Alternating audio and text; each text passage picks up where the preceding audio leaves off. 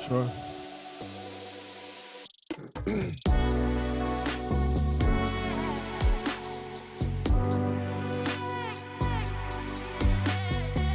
Yes, sir. Yes, sir.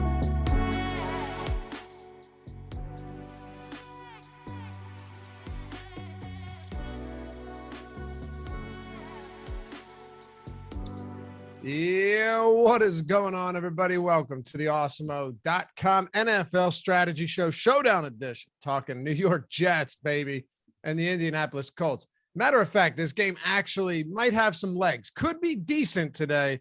We'll find out. I'm Dave Loughran at Lofty_D on Twitter, LOUGHY_D for those of you podcast listeners. Joined by Matt Gajeski at Matt_Gajeski. I suppose I should spell that one too. Gajewski. Not the easiest. What's going on, bro? Not too much, man. Really excited for this game. It's funny you mentioned it. I always wondered when I just say my last name or when other people just say my last name, how many people just like throw up the white flag, like, nah, I'm not even going to try to search this guy. Yeah, exactly. Right. I mean, and Laffy too, like if you watch people that will type my name into chat, they still spell it wrong and it's on the screen. So we're just shit out of luck regardless. Yeah, my last name in this business, you got to spell it. I should have had some larger Twitter game strategy in mind when I picked this and did something like DFS related or sports betting related, NFL related, but instead I just took the easy route, picked my name, and turns out it's not that easy. No, it's not. Nolan, I think, still calls you Matt Gajewski up until this day. I think he does. Yeah. Yeah. And he schedules all your stuff. So, I mean, look, we're winning around here. Anyway, we got one game. That's all we got. We got a 10.5 point spread. There's no doubt this one could get ugly, but a Herculean feat or heroic feat yesterday, Mac, or last week, call it whatever you want. Mike White pulling the Jets out of the pits of hell, followed by an awful start to the season with an outright win against the Cincinnati Bengals. They were double-digit dogs at home. This dude throws for over 400 yards and ends up taking them to the promised land. I mean, I joked about it. It was tongue in cheek saying the Jets drafting Wilson second overall was crazy when they had Mike White waiting in the wings the whole time. But what if he comes out today and actually keeps this game competitive against a good Colts team? Like, do you have to consider, you can't, right? Like you can't consider starting. You have to trade him or something, right? What do you do if he's actually good? It's rare you see a second overall draft pick use this motivation to just motivate Mike White out here. But in this situation, I still think it's probably a very low probability that Mike White's actually good and Zach Wilson's bad. But in the hypothetical you bring up, I think it's kind of reminiscent of the Josh Rosen situation in Arizona. And you definitely can still trade these guys for value. I mean, like we just saw Darnold go to Carolina. I mean, that hasn't necessarily worked out, but you get what I'm saying. There's still value with these players that are first round draft picks. And especially a guy like Wilson, who's such a low sample playing in such a bad environment. It's really interesting though, that Mike White was able to overcome that. And Cincinnati's been such a good team this year for him to beat the Bengals. It's not like they went out there and beat up on the Texans or something. It was impressive. And Mike White, he's been a prolific passer going back to college. He's just a late round draft pick. He's coming out of a small school, so he hasn't received a lot of those opportunities. Doesn't mean he can't be that signal caller of the future. I would think it's a small chance, but it is still possible. Yeah, look, it's highly unlikely. It's just a fun hypothetical to assume that, say, Zach Wilson misses 3 weeks. What if the Jets go 3-0 and Mike White actually looks like a competent quarterback? That's all I'm saying. I mean, in the event that happens, you have to at least scratch your head and be like, is this guy actually good?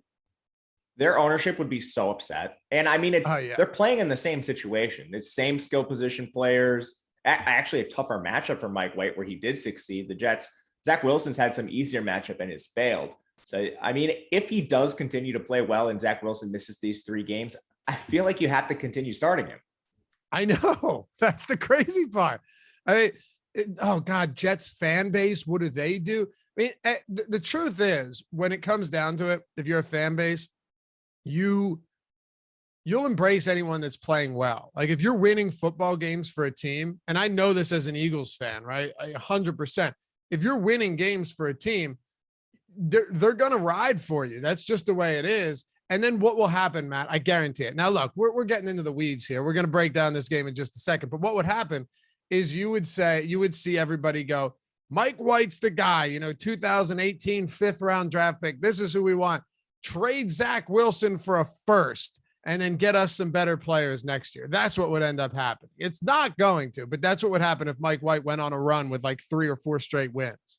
Honestly, that's not that bad of an outcome either. No. Just looking back at like first round quarterbacks, they're around a 50-50 shot, and even the quarterbacks at the top. And even in recent memory, there's so many examples of failures. And just in the most recent years, you have guys like Darnold, you have Jared Goff, former #1 overall picks, like Mariota and Winston. If you want to consider them successes or failures, I think some of that could go either way with a guy like Winston, but there's so many misses at the top of the board. If you just hit the lotto in Mike White, I think you would be extremely happy to still trade Zach Wilson for a first. Yeah, you're not wrong. It'd be crazy though. Let's talk about the Jets. We're happy to have you guys with us as always. Hit that thumbs up if you're just walking in the door.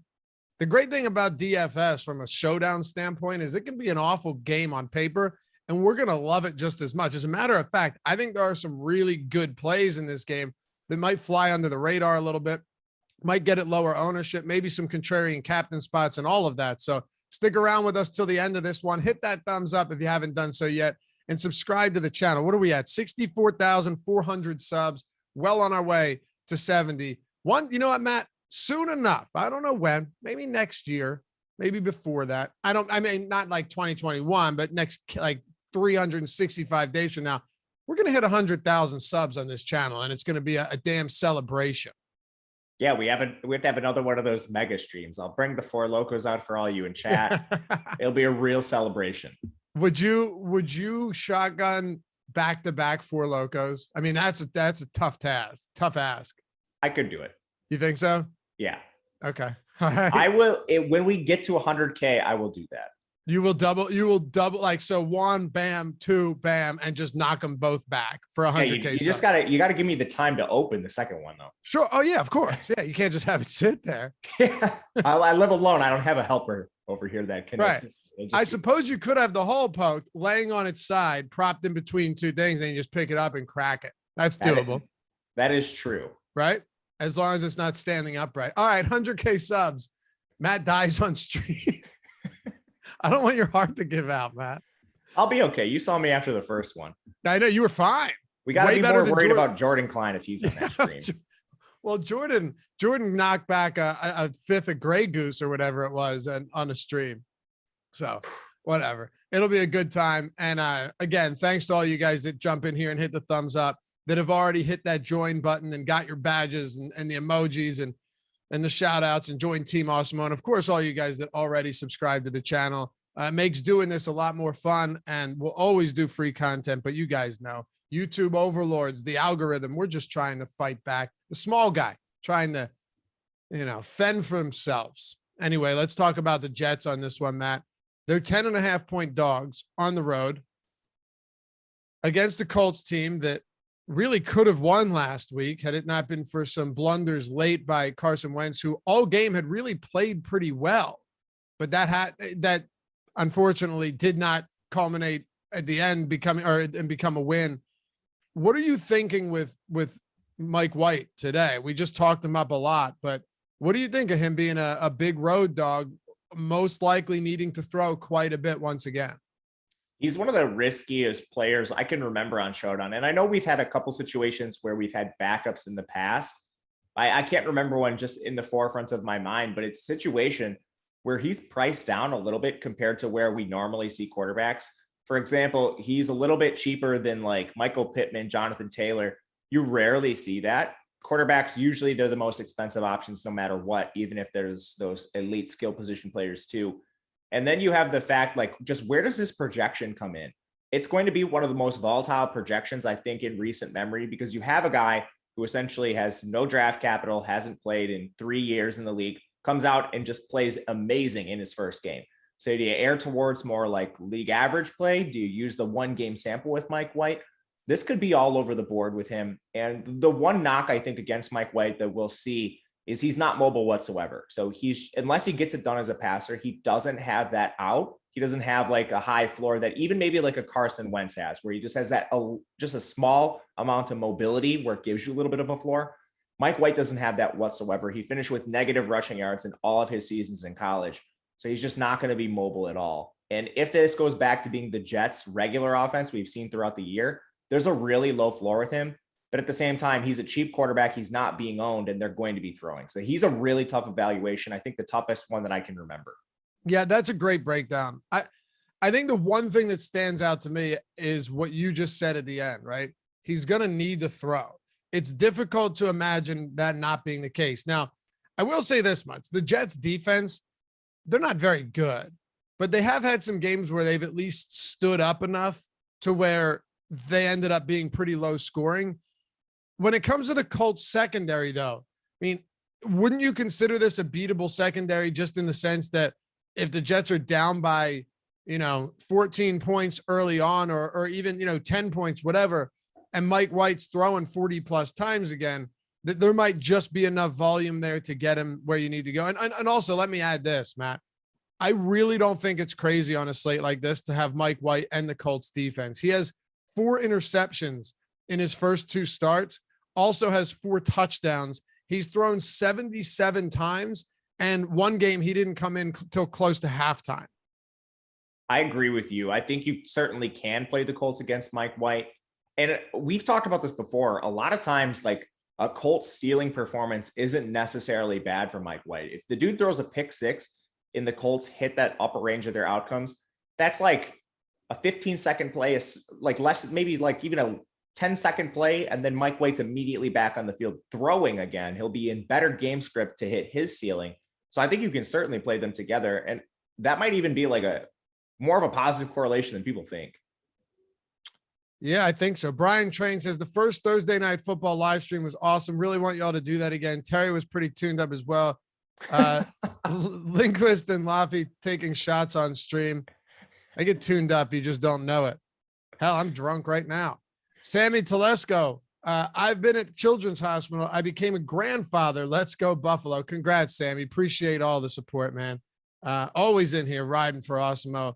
Congrats on becoming a grandfather, my man. And then Matt, of course, our boy Jordan Klein, even on the West Coast, he's out there watching the stream right now, taking notes for when he produces next, says, I will shotgun a 5th of Kettle One when we get to 100K. I don't know how you're going to pull that one off, Jordan, but I believe in you. I worry for you, but I believe in you. His heart will explode for sure.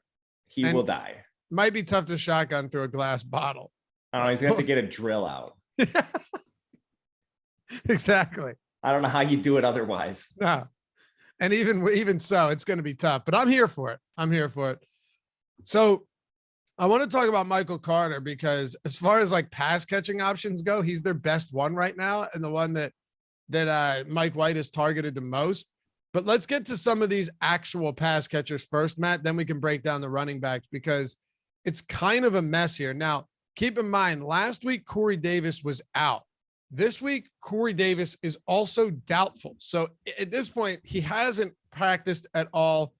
I don't see much way that he plays. He's dealing with a hip injury. We know those can last for quite some time. That's significant because now you're not looking at a top, not to say he was ever a top tier receiver, but for them, he was their top tier receiver. You're looking at a guy in Jamison Crowder who has the 2nd lowest ADOT in the league ahead of only Rondell Moore.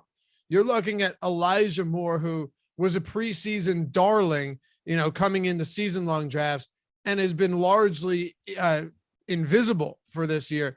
Guys like Keelan Cole, Braxton Berrios, Denzel Mims played 70% of snaps last week.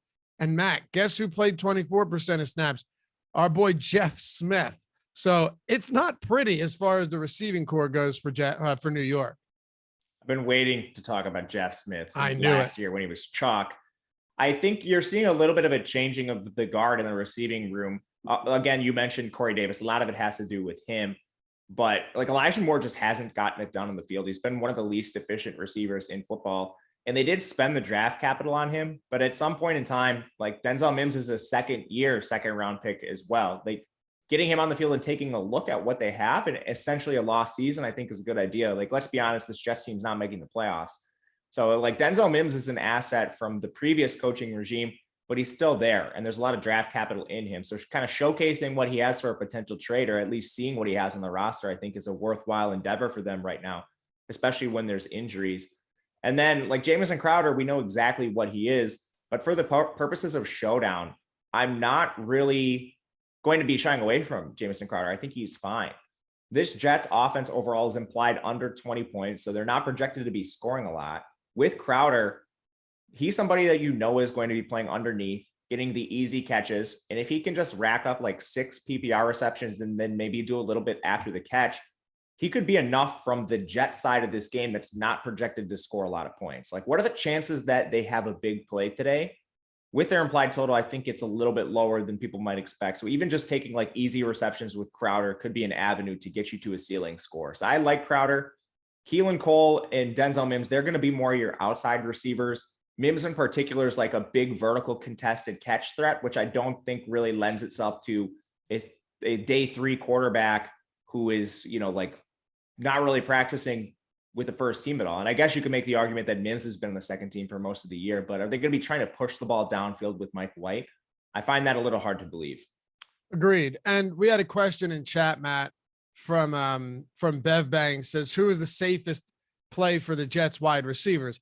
Matt, the safest wide receiver, and the important word here, or the operative word here, is safe, is definitely Jamison Crowder, just based on volume alone. And from a PPR standpoint, like if you ask me who's the best cash game play as a Jets receiver, I don't even think it's close. I agree 100%. And it's not like he's expensive.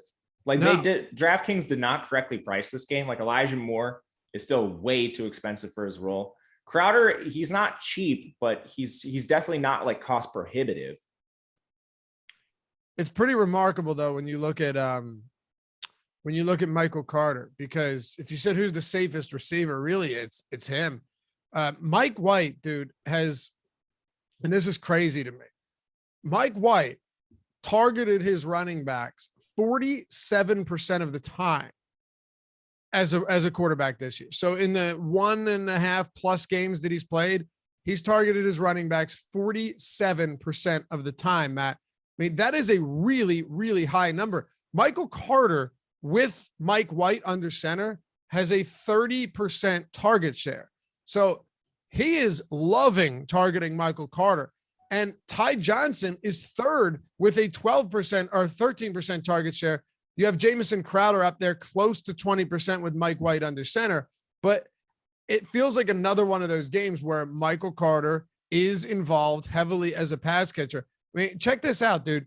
He has, what did he have? 13 targets last week. I'm sorry, 14 targets last week, and then 9 targets the week before, of which I think 8 of them were from Mike White. So you're now looking at a guy, Michael Carter, who over the last 2 games has 20 total looks and 29 total looks. And that was in a win. So don't get me, this is it's really interesting to me. Against New England, maybe you could say, oh, I'll write it off. Him and Ty Johnson, a lot of garbage time work, dink and dunk stuff, just get him down the field and score a touchdown when they're getting the shit kicked out of them by New England in Foxborough. But no, they won and they dropped 34 points and he was still targeted 14 times. That's pretty significant. Yeah, targeting your running backs out of the backfield is a very profitable endeavor for these teams overall. And with a team like the New York Jets with a suspect offensive line, like, what are you going to do? Run Michael Carter, a 200-pound back, like slam him into the back of your bad offensive line, like 25 times a game? I actually think they're playing this well and trying to use him in the pass game and get him out in space where it at least makes the defenses think, and you have to make plays in space rather than condensing everything in the box and just slamming him into the back of the offensive line. I like the way they're approaching this. And again, Mike White, we're talking about a 5th-round signal caller here. Like, he's not Zach Wilson. He's not going to be pushing the ball downfield at the same rate. And we can speak about talent if we want, but Mike White is taking the easy yards that are there for him. And that's, I think, a lot of the reason why he was able to throw for 400 yards but I don't see that changing, especially when they've had success. So that works in the favor of Michael Carter. He's the lead back. Ty Johnson, I think he's even viable as like a change of pace play, and probably somebody you can use in DFS with Michael Carter at lower ownership, just because people don't like that 2-back construction. And again, I think that helps Jamison Crowder, who operates in the underneath realm of the field as that slot receiver. Again, Mims and Keelan Cole are going to be playing on the outside. I don't even think it's crazy to have some lineups with Carter and Ty Johnson in them. I agree with you, especially because they're both used heavily as receivers. So exactly. Even Ty Johnson, he comes in with a little higher floor than your typical change of pace back. Yeah. Listen, he has 13 looks over the last 2 games. And one of those games, he actually went out to be evaluated for concussion. So he missed a little bit of time. I mean, 13 targets. And granted, Matt, just to be clear here, I'm not saying Ty Johnson is some full out punt at running back either. You know, he's like a mid-range price point on this slate. But if you're talking about a guy that you say, okay, he should get 10 to 12 total looks in this game because of how heavily they're utilizing the running backs out of the backfield as pass catchers, I'm okay with that. And Ty Johnson has actually seen a little bit of goal line work. You don't love that for Michael Carter. And I think as the season progresses more and more, he'll be phased out of that role. But, you know, could Ty Johnson get a look inside the 5 and 6 targets and 5 carries, and Michael Carter still gets 20 looks? Yeah, we've seen it happen now in 2 straight weeks. Yeah, that's not too surprising to me. Ty Johnson's the bigger back. Michael Carter, he's like well built. He's just smaller. He's only 200 pounds. He comes in around 5'9", so he's just not your biggest back. Ty Johnson's 210 pounds. I mean, there's not a huge difference there, but I mean, if you're just the Jets coaching staff and you're trying to get your biggest runner out on the goal line, I think Ty Johnson gives you that opportunity. But like you said, I'm not sure it's significant. And I think you could see this go back to Michael Carter, especially if he's just the far more efficient rusher as we get a larger sample with these 2 guys on the field. I definitely could see that. And I don't think the goal line carries right now are something that's like a really worthwhile thing to look at because it's such a small sample. And both backs, there's not a huge size difference. So I guess, how willing are you when it comes to captain spot to get certain Jets players in there? And we can pull up, of course, our ownership projections. Our top showdown and single game plays tool is like legitimately one of my favorite tools at Awesemo. I know you use it a lot too, and all of our subs always use this because it's great, but it just gives you such a good idea of what things are going to look like and whether or not you're trying to get too cute. Like if you say, should I captain this guy? And he has a 0.5% top play probability, less than 1% optimal captain probability. But it's not surprising seeing, Matt, that the optimal captain probability, the top 3 are all Colts. But Michael Carter's at 13%, Crowder's at 5%, Mike White's at 4%, and Crowder and Michael Carter both have pretty decent leverage scores today. So where do you stand on that if we're talking just straight game theory here? I think it's a great day to play a lot of Showdown, especially larger field, because captain is going to be a little more spread out. So I think you can make better lineups overall and not worry about as much duplication. It's not the Lamar Jackson slate where he's going to be 90% owned in your captain, like over 50% of the time. Right now, we're not even seeing a single player over 20% of the captain ownership. And I think that speaks a little bit to there being 2 bad offenses, or at least 1 bad offense and 1 middling offense. And then it's pretty spread out. Like the best players on both teams, there's a reasonable argument that it's the running backs right now. Jonathan Taylor, based on just his pure efficiency as a rusher, and then Michael Carter just seeing the absurd receiving workload. And I ran optimals this morning, and this like spread ownership was also reflected in like the spread of captains. Like Michael Carter actually popped in the optimal captain lineup, but even like the top 3 optimals all had different captains. So I think it's a great day to spread your ownership at captain spot, but build good lineups. Maybe not leave as much salary on the table, knowing that the captain ownership isn't going to be as condensed. Yeah, it's a great point. And, the way I see it is if Michael Carter gets in the end zone, okay, he could undoubtedly be the optimal captain. Again, we have around 5%, which is fine because he's not on a good team. Touchdown equity isn't great. But if he gets in the end zone, you could just be looking at a spot here where he has 8 receptions for 65 yards and then, 10 carries for 50 yards.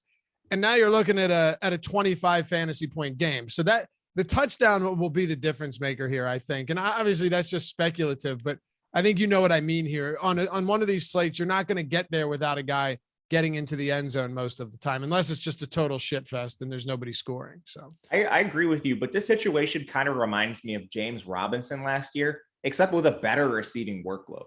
Sure. I personally was affected by this a lot because I continued to fade James Robinson on the basis that he's on a team with a really low implied team total, but he was such a focal point of the offense that it ultimately didn't matter.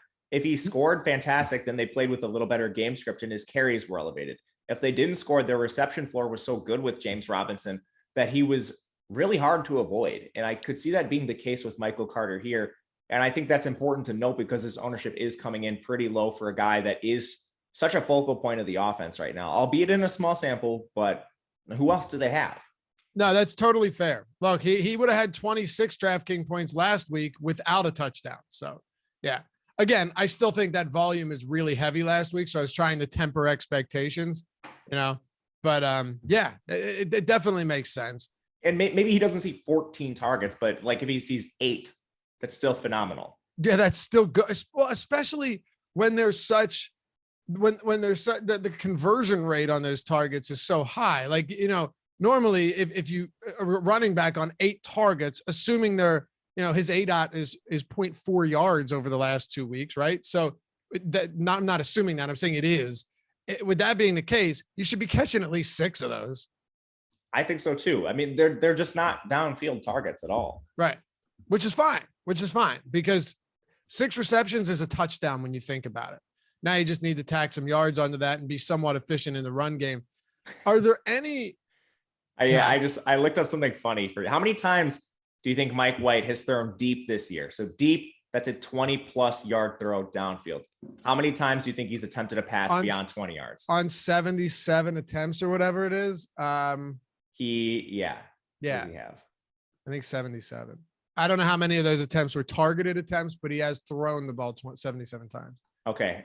So how many went beyond 20 yards downfield? 2. 3. My God. Right there. Okay. So I was close. Because he hasn't had Corey Davis. So I mean, who else are you going to? He's completed one of them. Guess how many yards it went for? 23. 22. Oh, so close. Dude, that means he has a less than 4% deep ball percentage. It's bad, man. Percentage of throws deep down. Not great. Hey, guess what? But Matt, see, here's the great thing about a show like this or a slate like this. Sorry, Ben just messaged me that he was on a show and got me all mixed up. The great thing about a game like this is that just means that you should really like a guy in Jamison Crowder and Michael Carter if this is going to be the style of play that the Jets run with. Yeah, for sure. And I broke this down by range of the field, and 54 of those 77 attempts have come 10 yards, or I mean, I should say within 10 yards of the line of scrimmage. So no more than a first down. 39 coming within like the line of scrimmage to the first down marker, and 15 behind the line of scrimmage. That totals 54 overall. That he didn't even throw the ball to the first down marker. Dude, that's between Michael Carter, Ty Johnson, Jamison Crowder, and Elijah Moore over the last 2 weeks, they have over 400 yards after the catch. And I think that's how they're going to continue to operate and how they should. Do they have enough blocking downfield to make this work? I guess they have been. Dude, I don't know how it works because their offensive line is so bad. That's what I mean. Their receivers, I know Mims is like a big bodied receiver, but it just seems like these guys are creating plays. And I think the Cincinnati game is an anomaly. I don't know how they won that game, but if you think about teams that are trailing, I mean, the defense should be playing off coverage. You don't want to give up big plays that are going to turn the game around. So if you're running these little dink and dunk stuff, it makes sense. But the anomaly is the Cincinnati game that just won. Like, I don't know how they've been able to achieve all this. To me, it points to maybe some regression here. But again, Mike White's not going to turn into a deep passer anytime. How does this offense change? And I don't think it will. I think it's still Michael Carter, Ty Johnson, and Jamison Crowder underneath. And then whatever Mims and Keelan Cole give you is like ancillary receivers. I got to tell you, Matt, this is kind of one of the more fun teams we've broken down this season. We need more Jets primetime games. Come on, NFL. Give the people what they want. But no, we need more Mike White Jets primetime games. I'm surprised this game isn't like in Mexico City or something, or London, and then send the Jets there. Normally they send the Jaguars there. Put it on the moon. I mean, come on. Hey, if you guys haven't checked out Jock Market yet, highly suggest you do so. Sponsor of the NFL Strategy Show. What is Jock Market, you ask? I'll tell you, they've turned fantasy sports, daily fantasy sports, into a stock exchange where you can make money down to the minute, down to the second, right? And here's what you do, if you're wondering. You can buy and sell shares of players in real time for real money, all right? And the way that I always look at this is that you can use these shows. You can use your research process early in the day. Those of us that get up and grind from the crack of dawn, right? Where we look at players and say, you know what? They're not being evaluated right now. I don't see the prop being right. I don't see that price being right or anything. I want to get in on that, but I want to take advantage of that. See, on a site like DraftKings or FanDuel, you can't really take advantage of that because generally speaking, by the time lock rolls around, you start to see ownership even out. You start to see people talking about them. They become popular. Their ownership gets steamed. And it's like, man, I saw that in the morning. And now everybody's there because, well, they know. On Jock Market, though, this is where it comes into play. They have a pregame IPO where you can pick up shares of these players, right? And you can do it early in the day. So if you're on a certain player or set of players, you can pick them up early in the day at a discounted price. And then once the game starts, you can hold them, you can get more of them, or you can sell them at a profit. That's, the straight like day trading mentality. You see something first, you get in before it pops off, and then you start making money on it. So use the pregame IPO. If Matt and I are talking about certain players right now and you agree with us or even disagree, or you see something else that stands out, take advantage of that using the pregame IPO, pick up a bunch of shares of them, and then either ride it to some money or sell it off mid-game when people are willing to buy them at a premium. Jock Market promo code. Use it, Awesemo, AWESEMO. When you sign up, you'll get a $50 bonus on your first deposit. Download the app, check it out in the App Store or the Google Play Store. Now, all of that is cool, right? But here's the best part.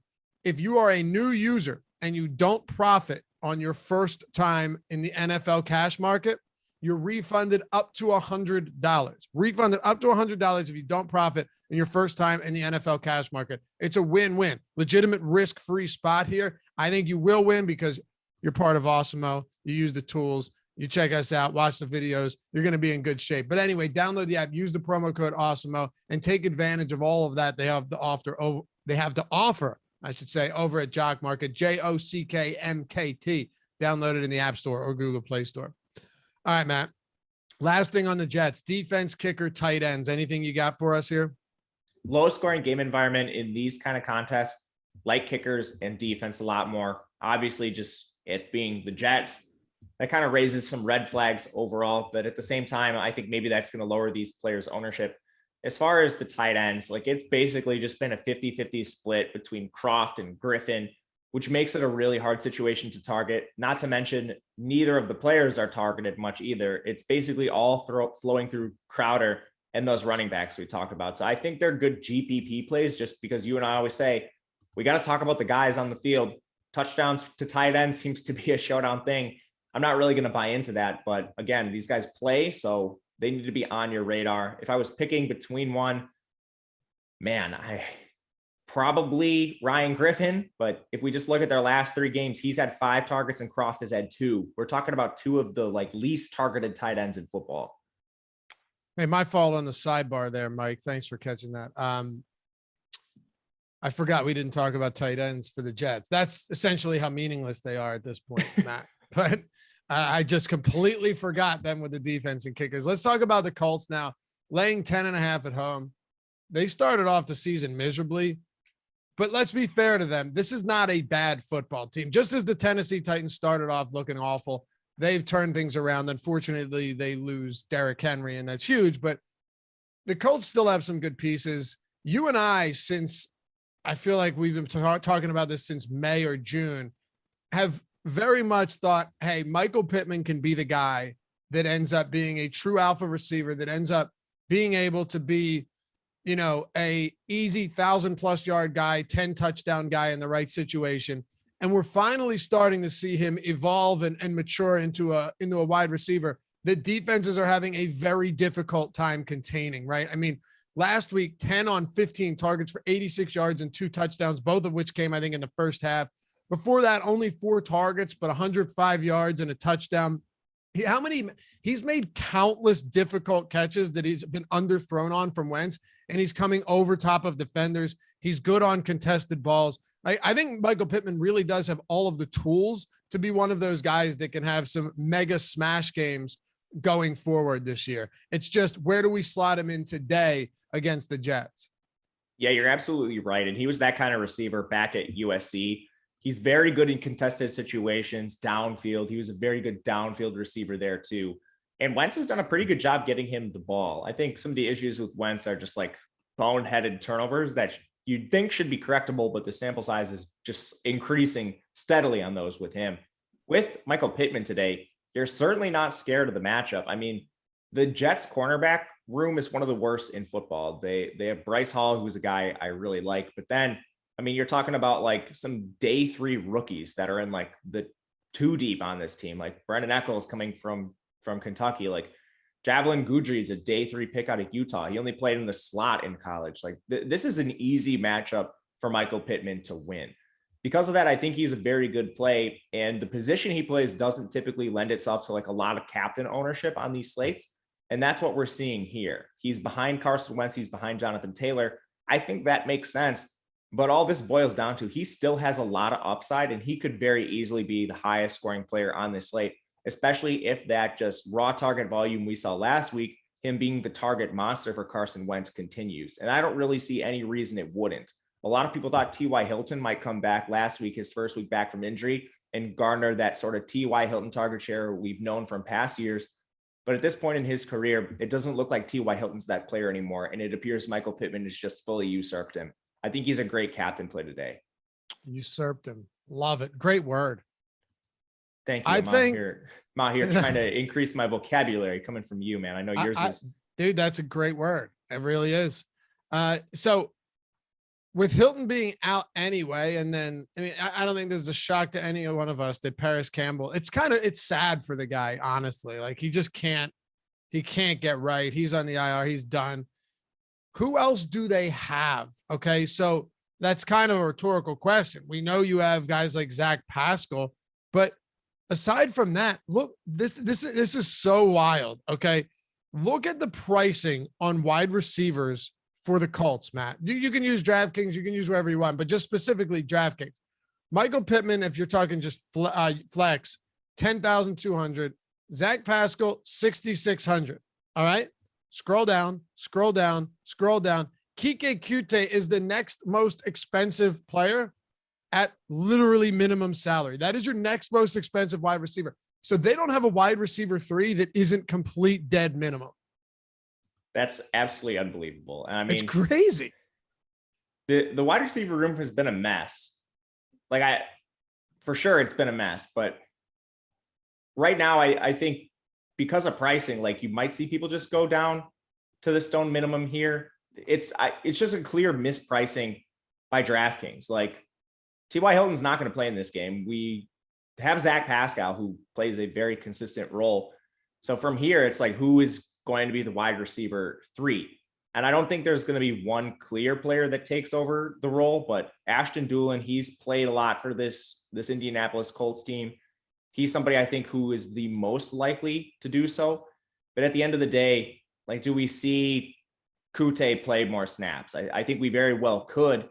He kind of plays like a redundant role with Pascal a little bit. So Dulin, I think, would be my preferred play. But again, this is really risky.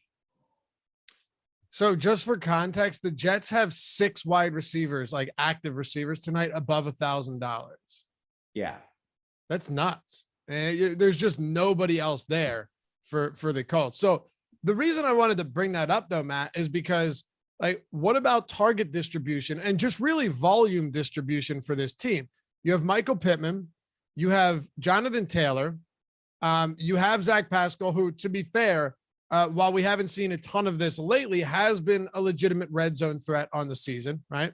I think the more and more that Pittman evolves and builds a relation or builds some chemistry with Wentz, you're going to see a little bit less of that. But that's kind of what you have going. Mo Alley Cox is a guy that could get some looks in the red zone. This is a pretty concentrated offense. It is. I think a lot of it is just going to flow through Pittman and Pascal, mainly Pittman. And then the wide receiver 3 is risky because of the Kuti stuff. Doolin's played ahead of him, but I don't think that just makes Doolin the wide receiver 3 automatically. I think they could split. I also think you could see them run into a lot of 12 personnel, which they've done at times this year. They obviously have Mo Alley Cox, but Doyle is still there. He plays a lot. He's just a little older and less reliable as a receiver, but Doyle is still there. Doyle has been over 65% of the snaps in 4 straight games. So perhaps he takes on that extra role. They also have their rookie tight end, Kylan Granson, who's popped up for bigger games occasionally. Week 4 stands out when he plays 42% of the snaps. And there wasn't really any injury news there that was different from what we'd seen earlier in the year. Like T.Y. Hilton had been out for weeks now.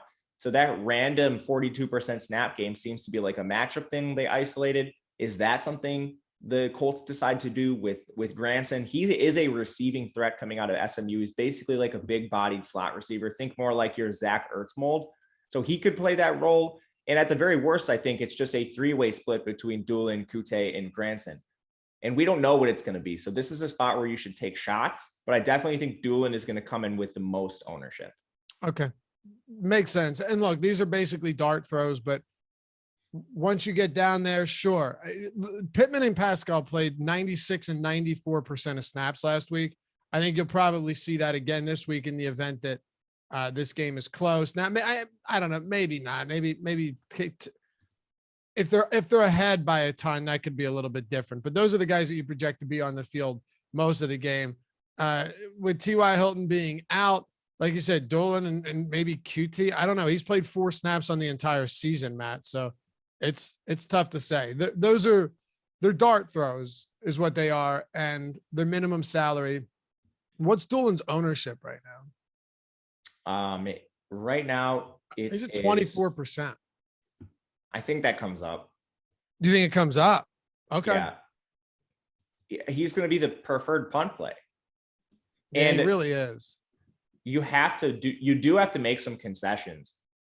Basically because like all of the Colts elite skill position players are expensive. So Taylor, Wentz, and Pittman are all really expensive. And then if you want to get Michael Carter, he's not cheap either. He's like middling to above average in terms of price. But even if you play like, if you captain one of Taylor, Wentz, and Pittman and run the other 2 in the flex, then you put in Michael Carter, you need to punt twice. You need to use like a min price Doolin, and then you could get somebody that's like 2 to 3K. So Doolin is the avenue to getting like 2 to 3 of those studs. Whereas if you play somebody a little more expensive, you're going to be limited in the elite options you can get on the slate. So I think he's just going to be popular as that engine that gets you to all of the big plays. Jonathan Taylor right now has a 18% optimal captain probability, 29% top play probability. So that's significant. I mean, 29% is 10% higher than the next closest player. Now it's funny because Wentz actually has a higher optimal captain probability. Jonathan Taylor's at 18%, Wentz is at 21, but no one has close to the same top play probability according to our top single game and showdown plays tool, which again, check that out if you haven't done so yet. And if you want to use the promo code NFL strategy show NFL showdown, I think it is. I always get this one mixed up. NFL showdown, all one word, all caps, get you 25% off your first week, which is ownership, player projections, top stack tool, boom bust tool, the top single game plays tool that I was talking about, lineup builder, all these tools built by Awesemo himself, #1 ranked DFS player out there. And it's not just football, baseball, basketball. Well, baseball's over.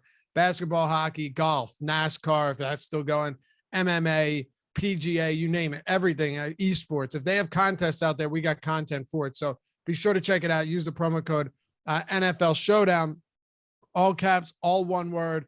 Get you, 25% off your first week. Go to awesemo.com/join. Check out all those tools. And now, if you want to do the add-on for Fantasy Cruncher, you can do that for a week. We didn't used to have that, or they didn't used to offer that. Now you can do a week of Fantasy Cruncher as well. So it's a win-win over there. Awesemo.com/promos. NFL Showdown, all one word, all caps. Take advantage of these tools. And if you're not ready to do so yet, totally fine. But be sure to check out Adam Scher's deep dive article. It's the best, most comprehensive NBA article you're going to find every day. It's 100% free on the homepage if you're playing NBA DFS. If not, you got the NFL Showdown rankings free today. You have the NHL Top Stacks tool free today and the NBA player projections, all of that over at Awesemo.com. If you're not yet ready to become a premium member, all good, baby, but check those tools out. Matt, what are we doing with Jonathan Taylor? Jonathan Taylor, he's a great play, and he continues to get it done, even like regardless of game script. And some of it just comes through pure efficiency. He's had such long runs. He's like almost a Derrick Henry light. And I think just the presence of Derrick Henry has thrown some shadow on what Jonathan Taylor's actually been able to accomplish. But he's been phenomenal. We know the concerns with Jonathan Taylor. It's going to come down to some pass catching upside if they're down in games. But we've seen him play well as a pass catcher, and you have a spot where they're a 10-point favorite over a bad New York Jets defense. So how much of a concern is that really today? Volume should be there. Efficiency should be there. Jonathan Taylor is a great play. I like a point you made earlier about the optimal captain ownership and looking at some of our leverage tools. The Top Stacks tool for Showdown in particular is one I really like. Taylor, he actually still provides just a little bit of negative leverage in the captain spot. And I compared that with Wentz and Michael Pittman. They have slightly more positive leverage in the captain spot, but the most goes to Pittman, who we just talked at length about with kind of that newfound role he has as the alpha receiver here. So because of the ownership, I think I'm more likely to play Taylor in the utility spot, but you can certainly build captain lineups with Taylor and just get a little bit contrarian elsewhere. Overall, what it comes down to, and what we talked about earlier, captains really spread today. So I think if you're playing multiple lineups, you too should spread your ownership there. And when you have Taylor, just be a little cognizant that he is coming in with some ownership and make sure to get different in just slightly other ways with him.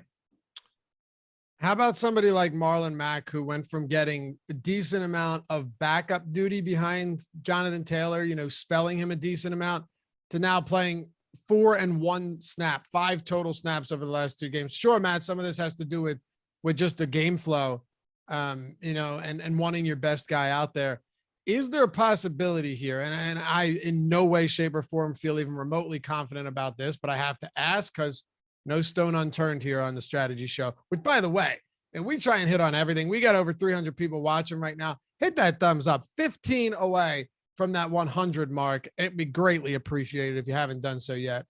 Do you think it's possible that if we were to let's just say that the Colts are blowing the doors off this Jets team, that Marlon Mack does get some additional work and ends up falling into the end zone?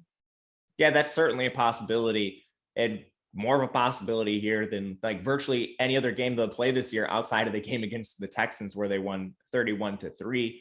But if you're going to play Marlon Mack, I think this is the spot. He's actually interesting in large field tournaments because he's at a similar price point to the Ashton Doolins of the world in a game script where perhaps the Colts are winning by even more than what they're projected to based on bookmakers. The spread's currently sitting at 10. If they're up by 17, 24, and they're playing in the second half, they're not going to have Jonathan Taylor out there. They're not going to have Nyheim Hines, and they're certainly not going to be throwing in that game script either. That's the situation where Marlon Mack could potentially benefit and then pay off an $800 salary. It's basically a minuscule salary, but that is kind of the path to like a Doolin failing and a Marlon Mack getting there. And in your large field tournament, it's not going to come with ownership. So I do think he's viable in the biggest of fields.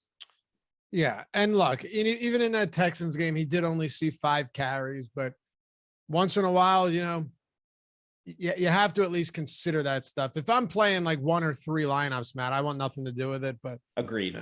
Yeah. If you're going to have a lot of it, then sure, man, look, Mike's got that sun just coming in through his, look at that screen. He's got, looks like he just entered heaven. See that? Mike, you Lawrence, guys can't see it. Mike, I don't know how he can see anything. I don't know either. Mike Lawrence producing today's show, doing a phenomenal job as always. Mike just came onto the team not long ago, so shout him out. He's awesome, yo. So you guys know who Awesome Yo is. You've seen him in the chat plenty of times.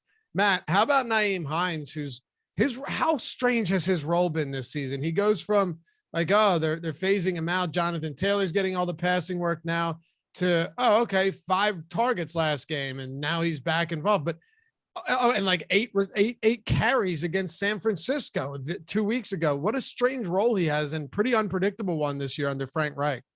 For sure. He's an explosive back. So I think they're very happy to have him.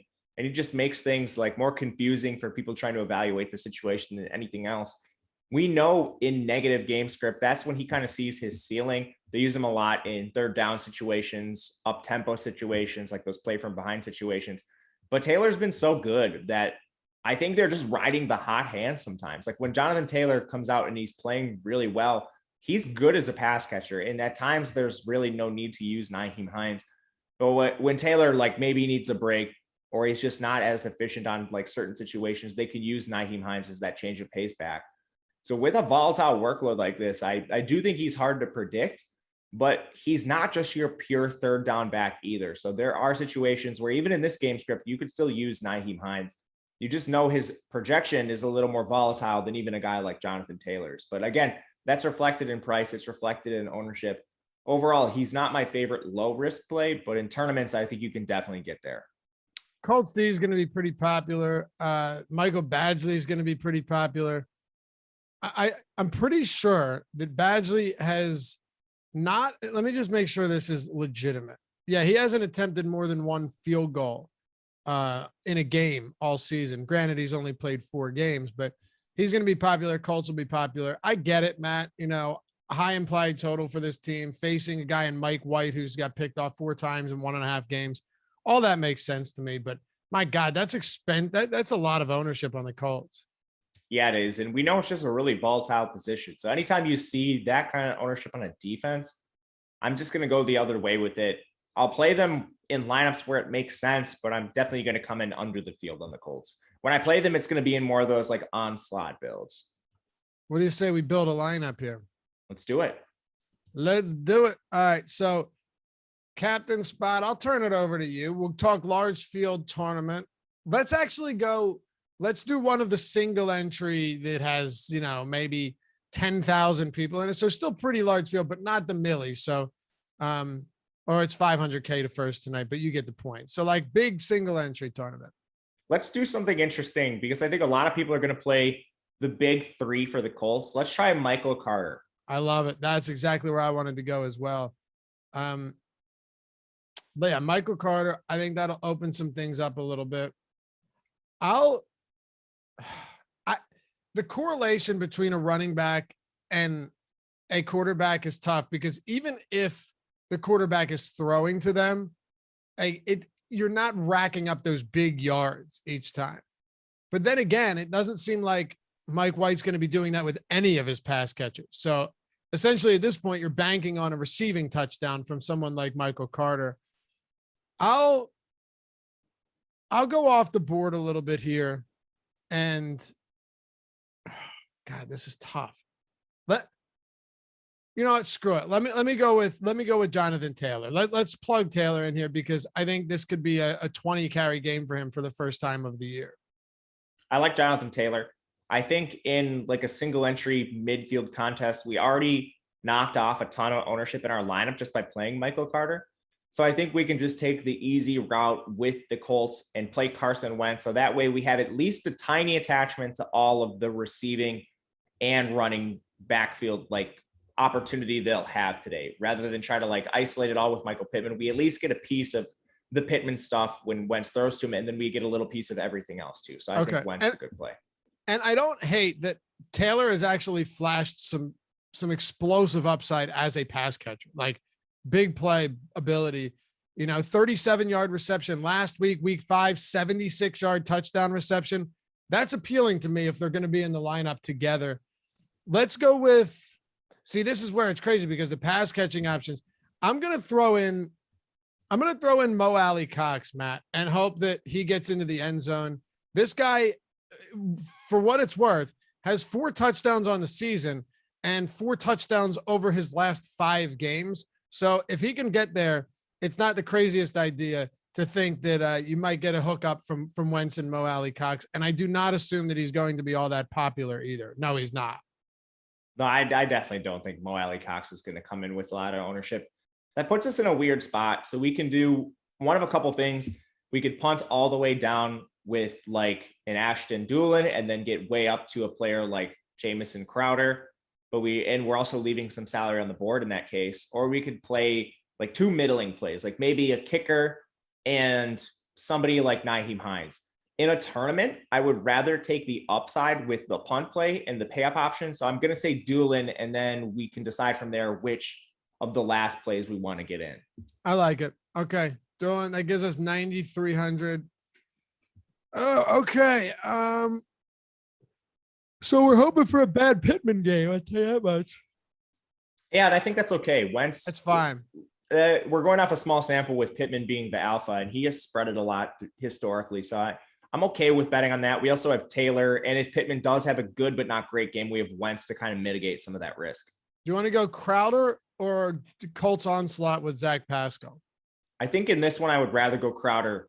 We still leave 1,500 on the board. We have a slightly contrarian captain. And I think this is just enough leverage, which is good for like a mid-size single entry. I'm with you. And if you guys wanted to, this is going to be a different type lineup with Mo Alley Cox. If you wanted to, you can actually upgrade Mo Alley Cox to Zach Pascal if you are feeling more comfortable with that and still have salary. That's going to be more popular, though. There's no doubt about it. The Mo Alley Cox build there will be a lot less popular. So worth considering.